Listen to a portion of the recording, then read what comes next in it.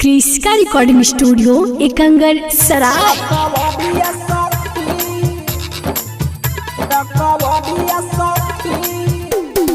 DJ Kundan Raj.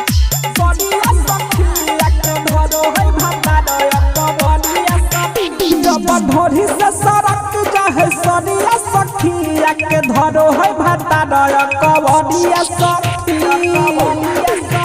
जब ढोरी से सड़क जाहे सनिया सखिया के धरो है भाता दया कबडिया सखी।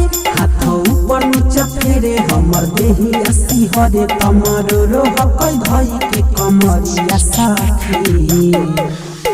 जब ढोरी से सड़क जाहे सनिया सखी तो भाता दया के धरे कबडिया सखी।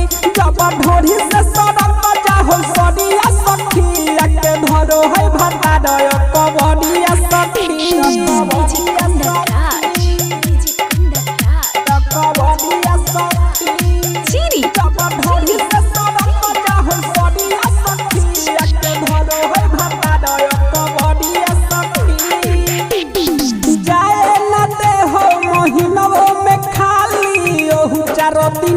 चटल चाहे खाली चारो दिनवा चटल चाहे खाली जाए न दे हो महीनों में खाली ओहु चारो दिन चटल चाहे छाली।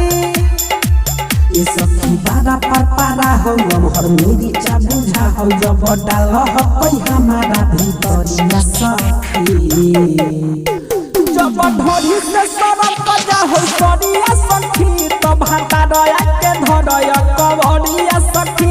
जब ढोरी से सड़क जाहो सनिया सखी तो भाता दया के धरय कबडिया सखी।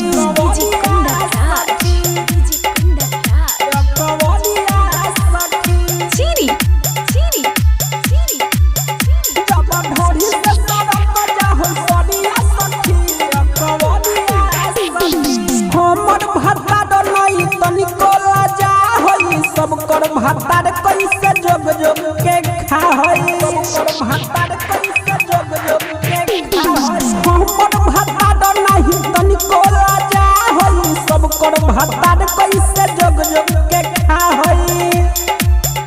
सखी बबुआ बाला बानी से हो ठीक रहो सन को डाला है तो उठे न लहरिया सखी। जब ढोरी से सड़क जाहो सनिया सखी के धरो है भाता दया कबडिया सखी। जब ढोरी से सड़क जाहो सनिया सखी के धरो है भाता दया कबडिया सखी। क्रिस्का रिकॉर्डिंग स्टूडियो एकंगर सराय।